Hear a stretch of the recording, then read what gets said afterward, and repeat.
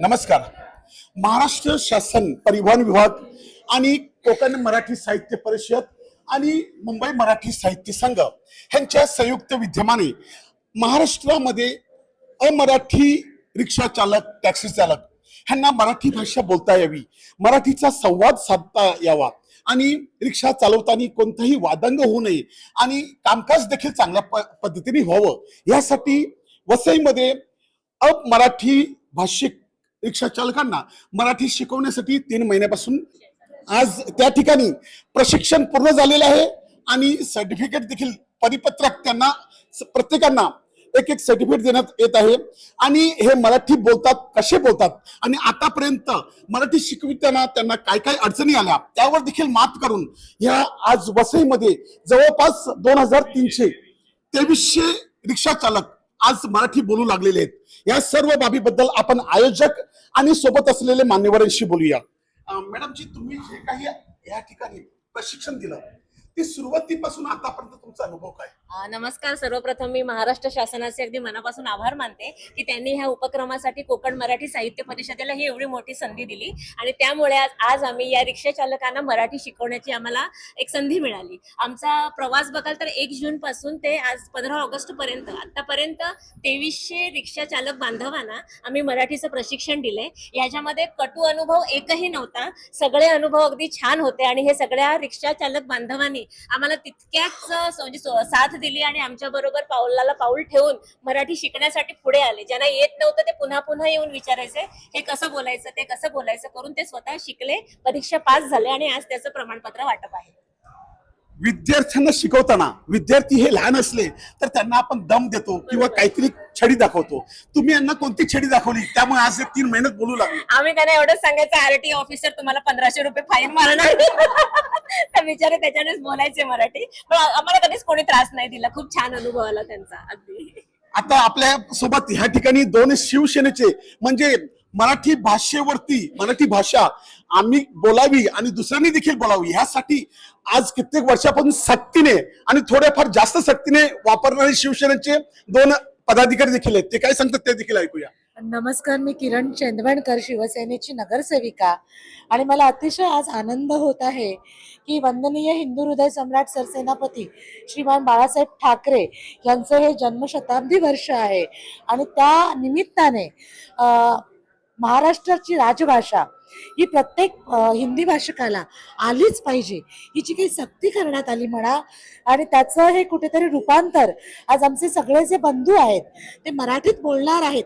यापुढे आजच्या कार्यक्रमात इथे 2 चालकांनी अतिशय सुंदर असं मराठीत त्यांनी भाषण केलं. याचाच अर्थ की आजचा जो काही कार्यक्रम गेले 3-4 महिन्यापासून सुरू आहे तो उत्तमपणे पार पडलेला आहे असं आम्ही समजू शकतो. दादा, तुम्हाला काय वाटते आता येथे रिक्षा चालक मराठी शिकल्यामुळे आता आपल्या इथे स्टँडवरती वादंग कमी होतील असं वाटते का? नक्कीच. पूर्व भागामध्ये अशिक्षित लोक आणि आदिवासी विभाग असल्या कारणाने त्या ठिकाणी आदिवासीची प्रवासी म्हणून चर्चा करताना एक सुसंवाद साधला जाईल आणि तो सगळं ते व्यवस्थित होईल. मुख्य म्हणजे हा सर्व उपक्रम मराठी भाषा शिकली पाहिजे हा जो उपक्रम शिल्पाताई आणि त्यांच्या टीमने घेतला त्यांना मी मनपूर्वक धन्यवाद देतो. नमस्कार.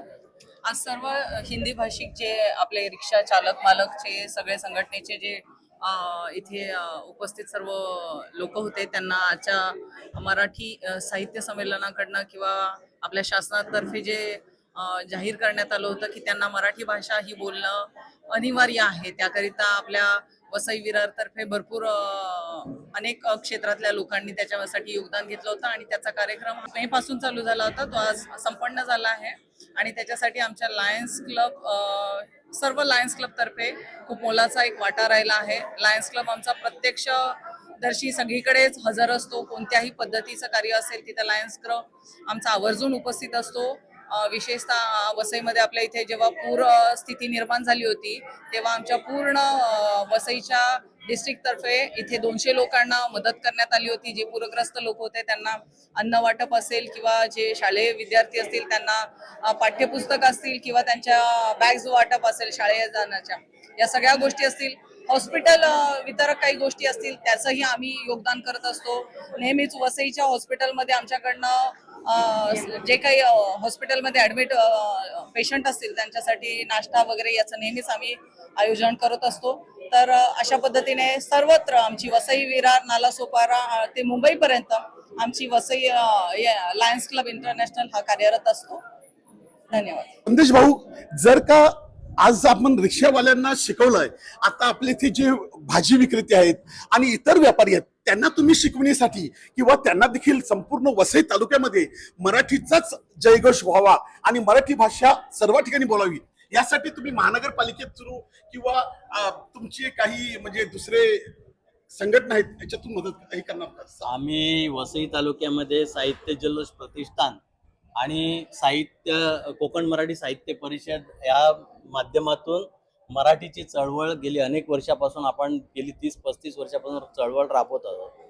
आणि ज्या ज्या वेळेला मराठीसाठी कार्यक्रम होतात त्या प्रत्येक कार्यक्रमामध्ये आपण या सर्वांनाच आपण यामध्ये सहभागी करून घेऊया आणि यांच्यासाठी एक वेगळा आपण जे आपले या ठिकाणी इतर भाषिक जे नागरिक आलेले आहेत त्यांच्यासाठी आपल्याला एक वेगळा उपक्रम आम्हाला राबवता येईल का, याच्यासाठी साहित्य जल्लोष तर्फे आणि कोकण मराठी साहित्य परिषदेतर्फे आपण नक्कीच प्रयत्न करू.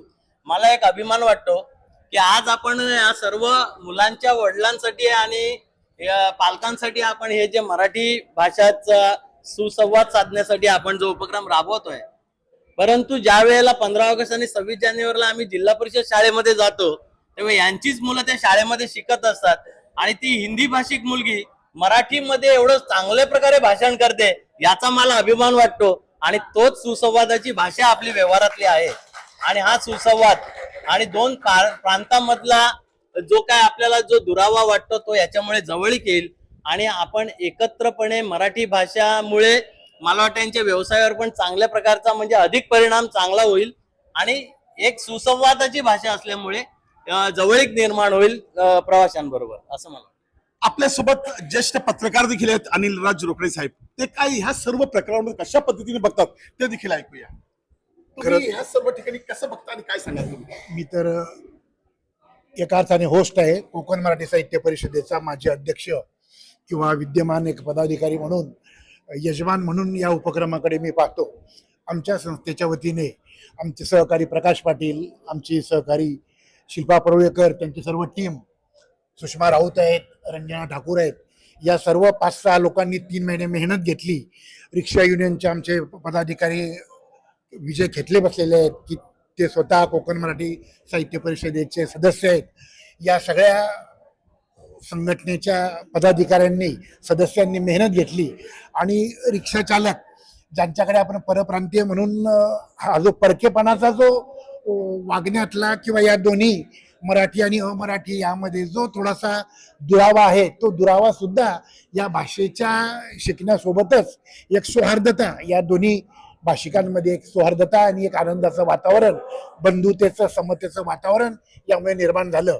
आणि राज्य सरकारच्या परिवहन विभागाने ही संधी आम्हाला कोकण मराठी साहित्य परिषदेला दिली, त्यासाठी शासनाचं पुन्हा एकदा मी आभार मानतो. आणि ज्यांनी उत्स्फूर्तपणे, भलेही कायद्याच्या थोड्याशा भीतीपोटी असेल, परंतु त्यांनी मराठीला पूर्णपणे तिचं स्वागत केलं आणि पूर्ण आत्मीयतेने शिकण्याचा त्यांनी प्रयत्न केला. काहींना थोडी बहुत येते, काहींना बऱ्यापैकी येते, ज्यांना येत नाही त्यांना अधिक चांगल्या पद्धतीने येईल. जे या उपक्रमात सहभागी झाले नाहीत त्यांना हे सहभागी झालेले बांधव मराठीच्या गोडीबद्दल, मराठीच्या आपुलकीबद्दल आणि प्रेमाबद्दल सांगतील, समजवतील आणि सर्वच परप्रांतीयांना मराठी भाषा चांगली यायला लागेल असा आमचा विश्वास आहे. त्यासाठी साहित्य जल्लोष असेल, कोकण मराठी साहित्य परिषद असेल, आम्ही आणखी काही करता येतं का यासाठी आम्ही प्रयत्नशील राहू. धन्यवाद. तर आपण ऐकलं, ह्या ठिकाणी फक्त मराठी अमराठी हा जो प्रश्न होता तो संपलेला नाही, तर आता एक मराठी भाषे आणि इतर जो अमराठी व्यक्ती वसईमध्ये कामकाज करत होता त्यांच्यातला एक चांगला दुवा बनलेले आहेत हे सर्व मेंबर ज्यांनी मेहनत केलेली आहे. त्यामुळे मराठी भाषा ही आता प्रत्येक घरोघर पोहोचणार आहे आणि प्रत्येक घरोघर पोहोचल्यानंतर ह्यांनी देखील अजून लोकांना सांगावं. आणि सर्व ठिकाणी जो वाद इतक्या वर्षापासून चालत होता त्यामुळे कामकाज मुंबईमध्ये, वसईमध्ये येऊन कामकाज करताना त्यांना जी अडचण यायची ती अडचण आता दूर होणार आहे. वसई लाईव्ह न्यूज साठी दिलीप डाबरे, अब्दुल कलाम. नमस्कार.